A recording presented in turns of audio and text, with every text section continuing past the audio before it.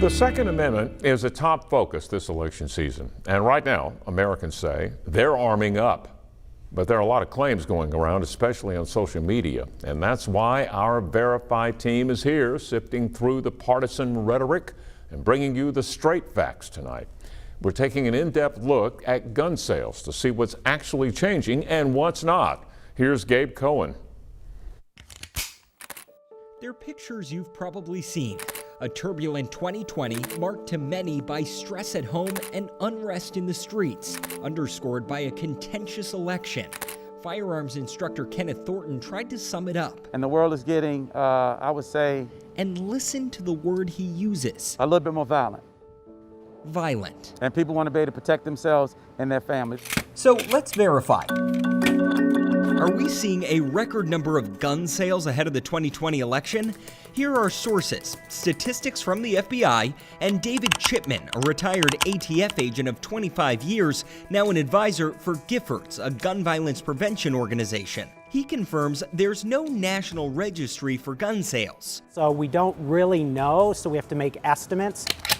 That's where the Brady Act of 1993 comes in. It requires federally licensed firearms dealers to conduct background checks on buyers, and the FBI tracks those checks. It's not perfect and far from all gun sales, but Chipman says it's the best data we can use to compare years.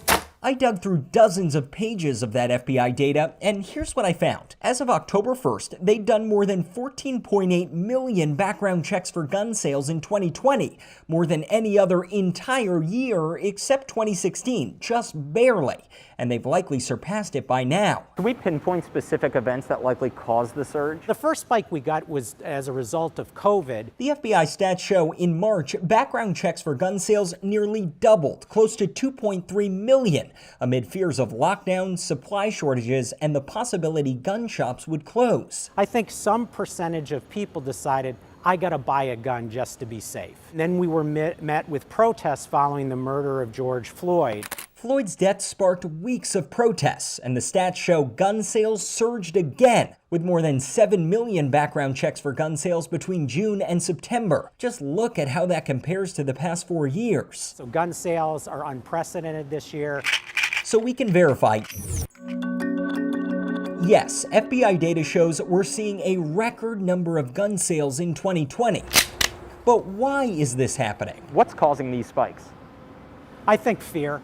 I think uncertainty. I think stress. I decided to bring that question to gun shops in Virginia, where business is booming. Are sales spiking this year?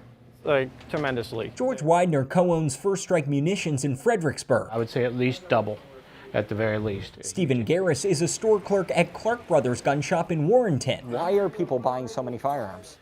They watch the news and they hear about defunding police forces. They see police stations being burnt down, people's personal businesses being interrupted. They're just worried about their own security. Probably biggest increase has been first-time buyers and women.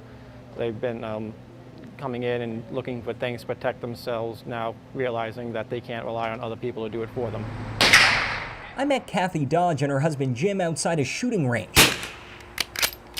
How confident are you feeling with your gun? Really good. Kathy just bought her first firearm. Well, I'm worried that no matter who wins the election, that there might be some outbreaks of violence. I hope not, but it worries me. And you think your gun may protect you? If it comes to my home, yes. I believe it could help. And if Sleepy Joe Biden wins, your Second Amendment will be eliminated and your firearms will be confiscated.